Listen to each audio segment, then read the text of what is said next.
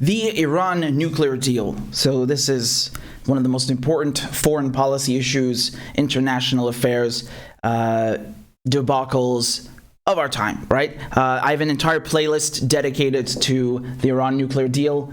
You can go watch my coverage on that right here on YouTube, right? There's a playlist for it. So we have a new development now. There has been a renewal of this temporary black box agreement between Iran and the International Atomic Energy Agency, which is based here in Vienna. So let's go through this, okay? And I'll explain exactly what that means. And here you can see this headline from Reuters. So Iran and the IAEA extend monitoring deal, averting crisis in nuclear talks. Okay?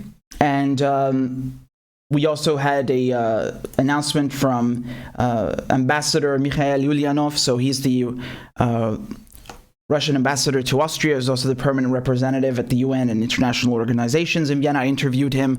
You can go watch the interview on the channel as well. And he said, Here it is. Here's the statement, right? So he tweeted, breaking news, Iran extended temporary understandings with IAEA on verification for 1 month. Commendable step. It will help maintain business-like atmosphere at the Vienna talks on JCPOA. So that's the Joint Comprehensive Plan of Action, or the Iran nuclear deal, and facilitate a successful outcome of the diplomatic efforts to restore the nuclear deal. So this is on May 24th that we had this development, okay? Now, what does that mean exactly? So, okay, to explain this to you, we have to rewind a little bit.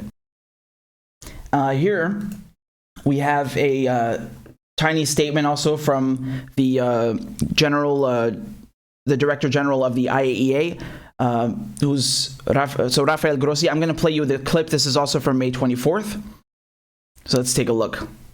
Today, I had a long discussion with Dr. Salehi, the Vice President and head of the Atomic Energy Organization of Iran, and we were able to agree on a couple of things, which are related, as you know, to this temporary technical understanding, which we reached last February in Tehran. We agreed, number one, that the information collected by our technical equipment at different locations in Tehran is going to be saved and will continue to be under the custody of the agency at every site where it is at the moment. This is number one. And number two, that the equipment and the verification and monitoring activities that we agreed will continue as they are now for 1 month, expiring then on June 24, 2021. So this is what we have agreed on today. Okay, so let me break this down for you. We have to rewind to December, okay? December 2020, what happened? This was in the wake of the assassination of the Iranian nuclear scientist Mohsen Fakhrizadeh. So he was killed at the end of November 2020, right? And then in December, the Iranian parliament, the Majlis, passed a law saying that within 3 months, if there is no sanctions relief, because as when Donald Trump pulled the United States out of the JCPOA, out of the Iran nuclear deal, he went and slapped Iran with a bunch of sanctions, right? They're targeting their oil sector, their banking sector, crippling the economy, right? And sanctions kill. You must remember that. It's siege warfare. So the Iranian parliament passed a law saying, look, if there is no sanctions relief within 3 months, then we will cease cooperation with the IAEA in regards to the additional protocol. Okay, so we have a nice little fancy graph over here from the IAEA explaining the what the additional protocol does, right? So this allows the IAEA to, do surprise checks, if you will. They can go into any nuclear facility they like, You have to understand that a lot of countries who are, signatories of the Nuclear Non-Proliferation Treaty have their own additional protocols signed with the IAEA. Okay, so almost all of them, right? So we're talking about over 120 countries, and they all differ in their own ways because no country is the same, and this additional protocol is very important because it allows the IAEA to keep tabs on Iran's nuclear program in addition to the regular comprehensive safeguard agreements, CSAs. So the point here was that, look, Iran has been very patient. They followed the deal. They followed the JCPOA. And Donald Trump pulls out, and he goes and kills General Soleimani, and he slaps them with sanctions. And then Israel is blowing up the Natanz facility and killing one of their scientists. So every time Israel or the United States did something, Iran would respond with, maybe increasing the number of centrifuges, maybe raising the uranium enrichment past 3.67% to 20%. Now it's at 60%. So it's tit for tat. It's a diplomatic pressure tactic, right? So when they tell you Iran is violating the deal, no, not really. If you go and read the deal, Article 36, 37, if there is significant non-performance on the part of one of the signatories or parties to the agreement, for example, the United States just leaving it, then Iran has the right to cease performing its obligations in part or in whole under the JCPOA. So that's the dispute resolution mechanism, okay? It's outlined in the agreement. So of course you go to the UN Security Council. Before that, there's also the Joint Commission. There are various steps, but ultimately Iran did all of that. It really followed the letter to a T. It followed the agreement to the letter down to the T. So when they passed this law in the Majlis, they said, look, if by February there's no sanctions relief, we're out. February came, right? And there was no sanctions relief. And think of why they picked February. It's not an accident. It's because they knew that by that time, either Trump would be reelected or Biden would get into office, and then he would also be inaugurated and have the possibility to actually remove sanctions. Biden got elected. He did not remove sanctions, right? So yes, they're having these indirect talks in Vienna, but there's still no sanctions relief. We might get to the JCPOA being revived. When I asked the Russian ambassador, that's what he said. But still, as of yet, there's nothing. And so in February, there was a bit of a panic because Iran said they're out, right? Let me pull this up for you over here.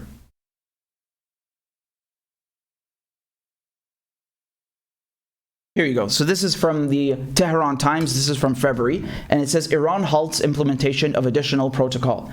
And then what happened?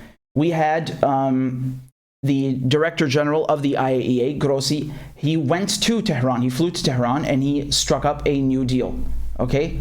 So, see February 23rd, IAEA Chief Grossi describes black box type deal reached with Iran. What does that mean? That means that Iran agreed that for 3 months, they will continue recording, taking measurements. They will continue complying with the additional protocol, but they will not hand over any of this information to the IAEA. Instead, they would keep it in a black box. They would put it to the side, right? And within 3 months, if there was no sanctions relief, they would delete everything. It will be erased. It will be destroyed. Here we are. It's been 3 months. There's still no sanctions relief, right? So,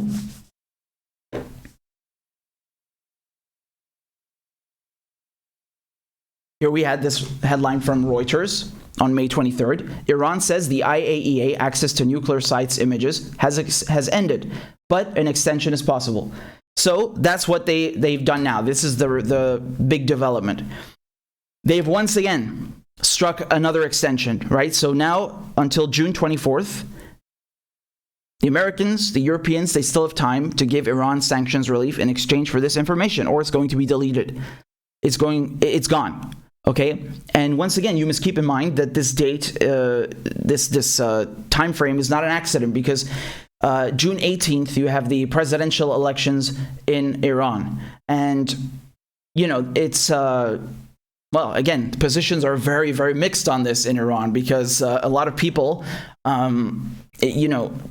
they knew that the United States would stab Iran in the back. I think the supreme leader, himself, Ayatollah Khamenei, he told Rouhani, he told them, look, you can go and do this. You can go and do the JCPOA, but the Americans will not keep their word. Lo and behold, what he said came true.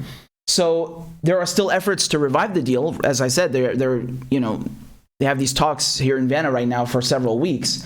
The Russian ambassador, he said that this is on May 30th, so just yesterday. He says the 5th round of the Vienna talks on JCPOA is underway. As of now, there are no plans for the 6th. The negotiators proceed from the understanding that the current round should be final. Okay, and again, I asked him if we could maybe see the JCPOA being revived this year. He said, yeah. He said maybe in the next few months. So who knows? Who knows? It's really up in the air, right? But if you look over here, this is really funny how they're reporting it in the media. So this is today from the Times of Israel. What did they say? UN nuclear watchdog, meaning the IAEA, says no access to key Iran enrichment data since February. And most people obviously don't even read the article and don't even understand what the Iran nuclear deal is or what the additional protocol is or what the Vienna talks are. And I don't blame them because, it is complicated. But most people who read this are going to get the impression that Iran is purposely refusing to cooperate in any capacity, that there is no diplomacy going on whatsoever, that they're going and building a nuclear bomb, which they've been accusing Iran for God knows how many decades now. And by the way, fun fact, guess who gave Iran their first nuclear reactor? The United States, right? Because back then they had the puppet under their thumb, the Shah, who was a puppet installed by the British and the Americans. Going back to this development here, we know that the UN, or rather the UN's watchdog, the IAEA, doesn't have access to the data because that's the bloody agreement. But they can't report on this honestly. And it's not just them, by the way. It's most of mainstream media. It's just like when they use this language saying that, oh, look, Iran is breaching the terms of the deal. No, it's not breaching them. Even when it goes past the limits, that's the dispute resolution mechanism in the goddamn agreement. It's outlined in the agreement. It's on paper. Go and read it. But of course, that doesn't fit their narrative. They need to keep recycling this propaganda that, oh, Iran is building a nuclear weapon, right? Because apparently they can't differentiate between a civilian or just a regular nuclear program and a nuclear weapons program. They have to keep this myth going that, Iran refuses to cooperate with the IAEA. It's astonishing, right? It's crazy. Even when the United States is the one that ripped up the deal and left, they still talk about the United States as if it did nothing wrong and it's all of Iran's fault. I mean, this is just, it's ridiculous. So all of the reporting, all of it for several years has been atrocious. And I'm just showing you how it's continued right now. They're continuing this. Even when Iran is making the most, frankly, the most lenient, easygoing cooperations. I mean, look how many extensions they've had. Look how patient they've been. They've still not left the deal. They've still not left the deal, even after the U.S. stabbed them in the back, even after the Europeans stabbed them in the back, right? Even after there's been no sanctions relief under a new U.S. president, and they're pussyfooting around the issue, right? They're saying, oh no, Iran has to go first. What do you mean Iran has to go first? You pulled out of the deal. You come back and get into the deal.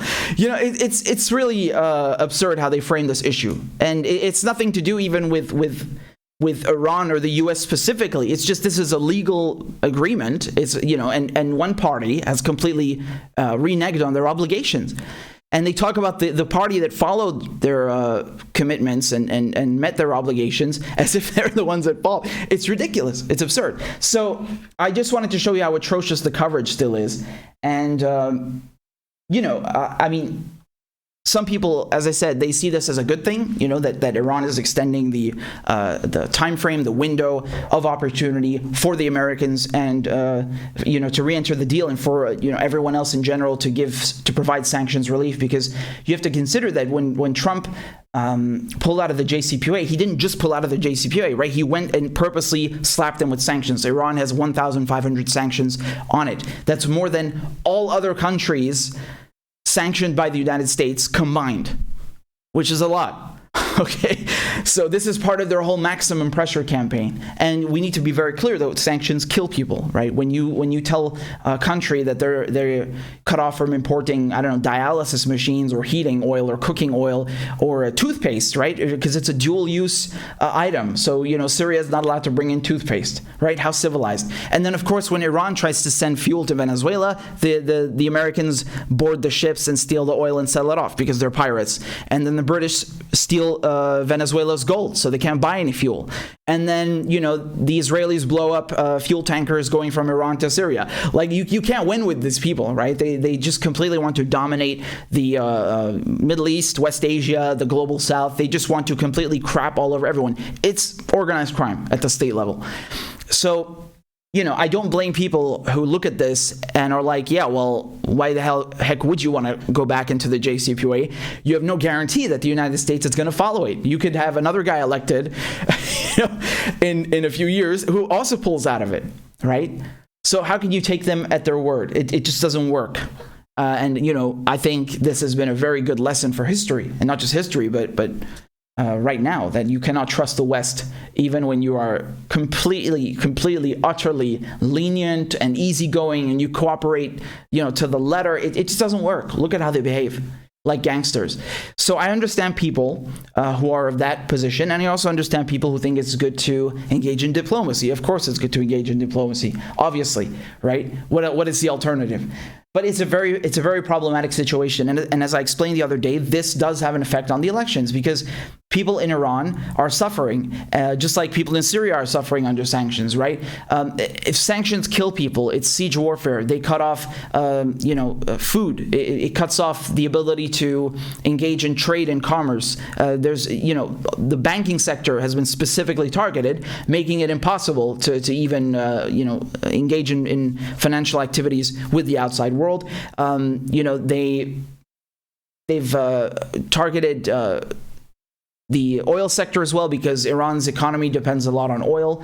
And it's this is why when we saw China and Iran signing this new 25-year strategic partnership and integrating them into their Belt and Road Initiative, it was so significant, because this allows Iran to offload a lot of its oil in exchange for building infrastructure and other benefits, right? So now it actually doesn't need this avenue of oil exports as much as before, although of course it is important. And I've showed you before the graphs. I'll try and pull one up again for you just so you understand.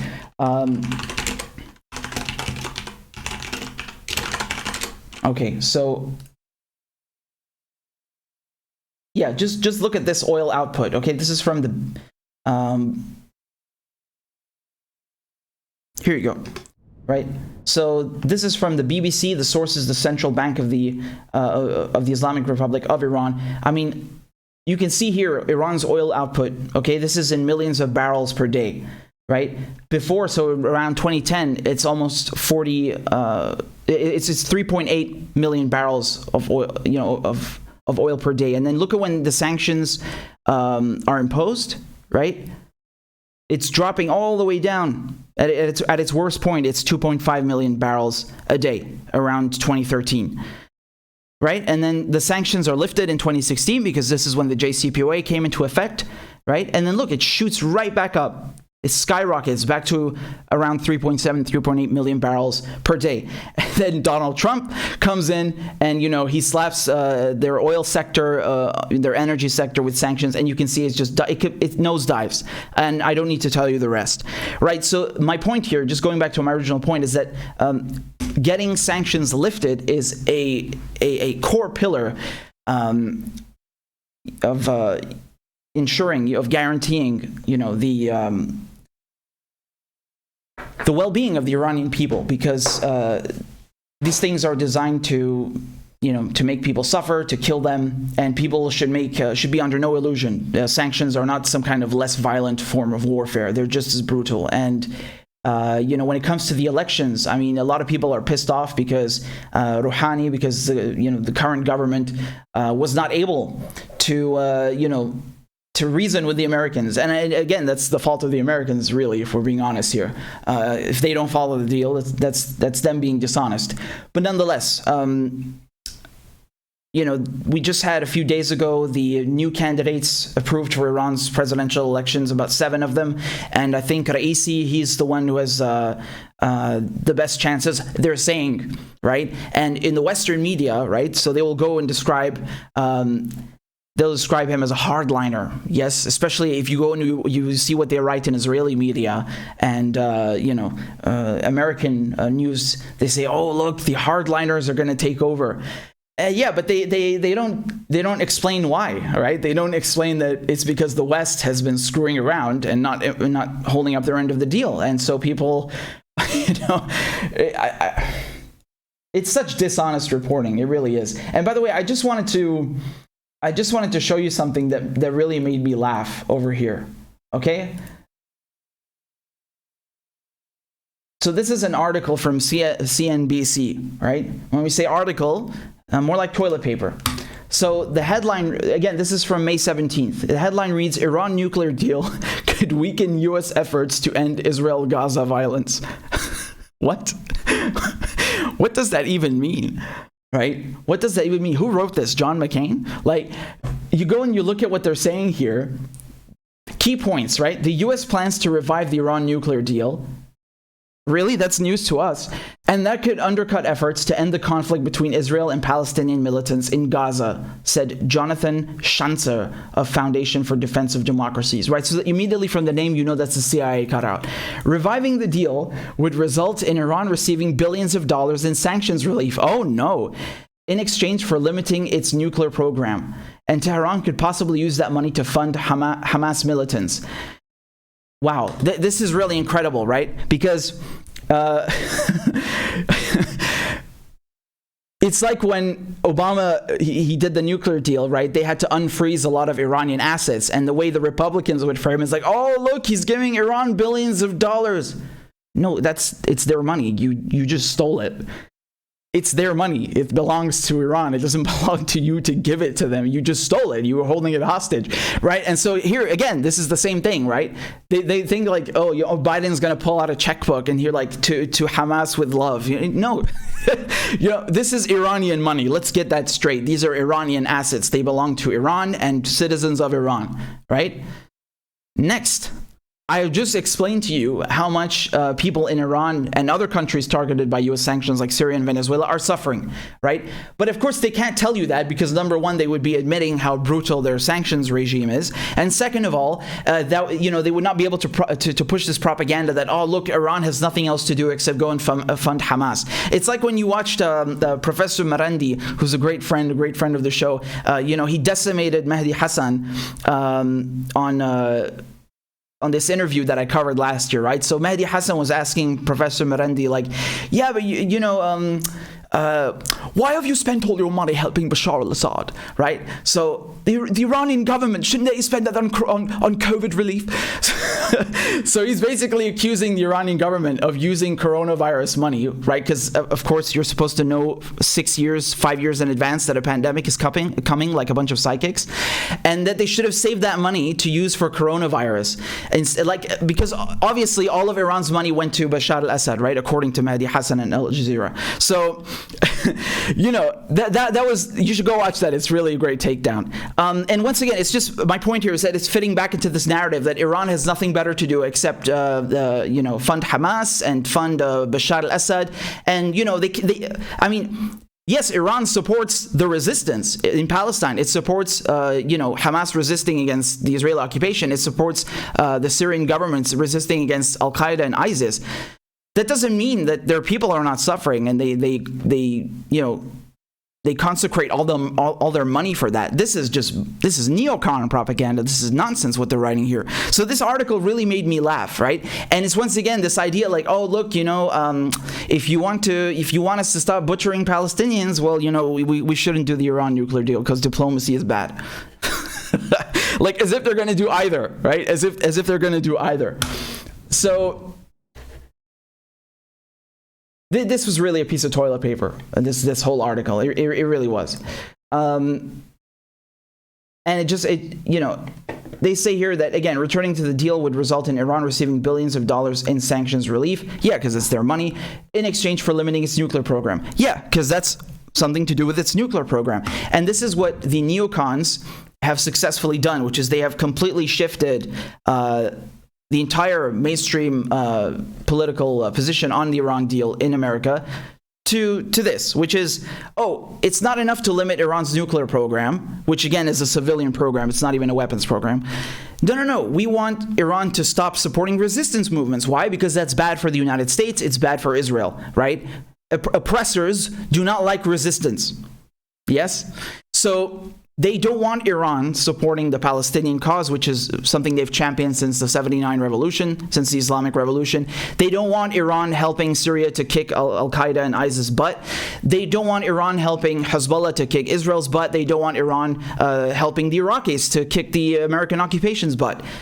That's what it's all about. And so you've had, even within the Biden administration, people that are essentially adopting Trump's position. Why did Trump pull out of the deal? Because he said that, this is not enough. It's a bad deal. It's the worst deal of all time. He wants Iran basically to not be able to support resistance movements in the Middle East.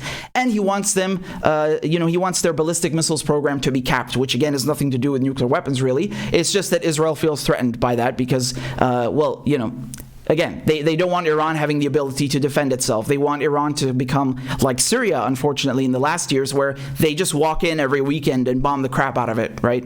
So these things have nothing to do with the nuclear deal, but everyone is on this position now, to the point you even have European politicians saying this stuff, like in Germany, for example, right? They've also adopted this position that, we need a nuclear deal plus, or a nuclear deal 2.0, which includes the ballistic missiles and the resistance support. But of course, they don't say resistance, they say malign activities in the region. So you have to be very careful when you're reading this toilet paper in the mainstream media, what they are actually saying, yes? What they're actually saying. It's very important.